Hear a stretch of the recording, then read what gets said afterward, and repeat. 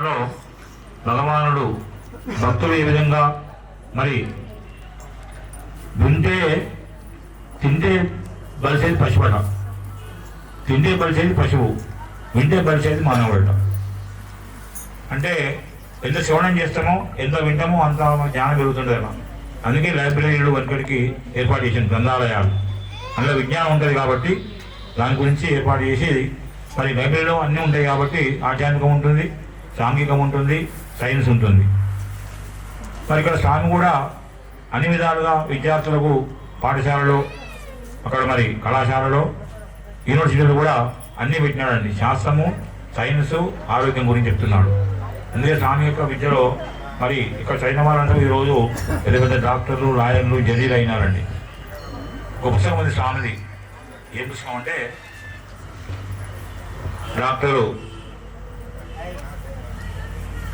సామంతపురం ఉంటాం డాక్టర్ మీరా కుమార్ అని ఒక పేరు ఉంది. డాక్టర్ పేరు విజయ్ కుమారు. ఆమె 90 ఏళ్ళకు ఉంటుందండి. ఆ పుస్తకం రాసింది స్వామిది. ఇప్పటికి 1 లక్ష పుస్తకాలు పోయినాయి ఆ పుస్తకాలు. అందులో అంతా ప్రజలు రాయలు అభిప్రాయం చెప్తున్నారు, ఇటువంటి పుస్తకం ఇక్కడ మేము చూడాలని చెప్పని. భద్రా కళ్యాణం పుస్తకం ఉందండి. మనమే కోరికుంటూ ఆ పుస్తకం పాలన చేస్తామో తప్పకుండా కోరిక నిలబెడుతుంది. ఎందుకంటే నేను ఇప్పటికి 4 పుస్తకాలు తెచ్చినాను. వాళ్ళ సమస్యలు ఈ పుస్తకం ఇచ్చినాను. వాళ్ళు చదివిన తర్వాత ఆశ్చర్యపోయారు వాళ్ళు. అయ్యగారు మాకు ఎంత కష్టపడుతుంది దీని గురించి, కానీ ఈ పుస్తకం పాలన చేసిన తర్వాత మాకు కోరిక నెరవేరిందని చెప్పండి. అంటే మామూలుగా కొన్ని సమస్యలు ఉన్న వాళ్ళు మరి ఏ శక్తి లేని వాళ్ళు ఏం చేస్తారు, మాకు ఇంట్లో కూర్చొని ఒక 2 రోజులు ఆ పుస్తకాన్ని 3 రోజులు 4 5 రోజులు పాలన చేసుకొని ఫలితం అనే వాళ్ళు చాలా మంది ఉన్నారు. ఇప్పటికీ ఆ పుస్తకాలు ఆమె 1 లక్ష పుస్తకాలను ప్రింట్ చేసి అమ్మింది. మరి పుట్టపర్తులు దొరకదండి. ఎక్కడ చాలా దొరకదు పుస్తకం. బయట చిత్రావతి నది ఒడ్డిన ఒక ముసలు ఉంటారు, వాళ్ళు బండి పైన పెట్టుకుని అంత పుస్తకాలు ఇస్తారండి. ఒక పుస్తకం 300 రూపాయలు. ఆ పుస్తకం అంతా కూడా అంత పెద్ద పెద్ద మహానుభావులు, డాక్టర్లు, లాయర్లు, ప్రొఫెసర్లు, జాతీయవేత్తలు, తర్వాత జడ్జీలు ఎంతో మంది కూడా అభిప్రాయాలు రాసిన ఆ పుస్తకం ఎందుకు కేవలం 65 పేజీలు ఉంటుంది. కానీ భక్తుల అభిప్రాయాలు మాత్రం మొత్తం కూడా పుస్తకం మొత్తం 60 ఉంటుంది.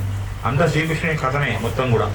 అది స్వామి స్వయంగా ఆమెకు ఆజ్ఞ చెప్పినట, ఈ పుస్తకం రాయమా నువ్వు అని చెప్పని అందరినీ అనుగ్రహించినాడు స్వామి ఆమెను. ఆ పుస్తకం రాసే విధంగా ఇప్పటివరకు ఇంచుమించుగా 1 లక్ష పుస్తకాలు అమలు పోయినాయి. అంటే మరి మహానుభావుల యొక్క మాట, స్వామి యొక్క కంఠము, ఉపన్యాసం తినవచ్చు మామూలుగా. స్వామి యొక్క మాట, కంఠము తీరు మరి ఏ విధంగా స్వామి ఒక్కసారి మాట్లాడితే మనం ఉదయంలో ఒకసారి విన్నామనుకోండి, అది అట్నే నాడకపోతుంది అన్నట్టు. మనం కళ్ళు మూసుకొని కూర్చుంటే పుట్టపర్తిలో ఎట్లయితే ఆశ్రమం ఉందో, ఇంట్లో కూర్చొని మనం తప్పకుండా మనం ఎప్పుడు పోయినా పుట్టపర్తికి, సంక్రాంతికి పోయినామా, దసరాకు పోయినామా, పుట్టినరోజు పోయినామా, స్వామి ఉపన్యాసాలు ఒకసారి జ్ఞాపకం చేసుకుంటే ఆ కంఠం వెంటనే స్వామి కంఠం మనం ఉదయం వినిపిస్తూనే ఉంటుంది అన్నట్టు. అటువంటి మహత్తు గల కంఠం, దివ్య కంఠం ఆ స్వామిది. ఇప్పుడు బోధాకాండ చెప్తున్నాడు ఇక్కడ. కృపా సముద్రుడు, సంపూర్ణుడు, ఈ జగత్తునకు జనని జనుడు వంటి వాడైన ఆద్యంతరహితుడు, పరబ్రహ్మ స్వరూపుడు, సర్వజ్ఞుడు, సకల సంభవములను తెలుసుని కళాయనను సత్యసాయి భగవానుల క్రీడా మాంచర్యలను సహస్ర మణములు కూడా నూరు కూడా శేషులు సహితంగా సొంతంగా చెప్పలేరు.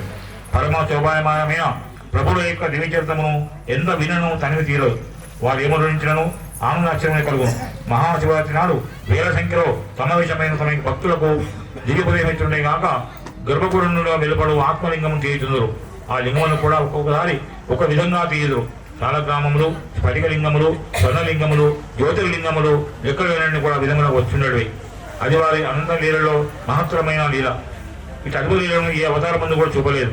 శ్రీ భగవాన్ అవతారం ఏమో కానీ ఆ దివ్యవదనను వచ్చేక ఏ పలుకు వెవడ్డను విధమార్మదేమో త్రోడను మురిసిపోయేది.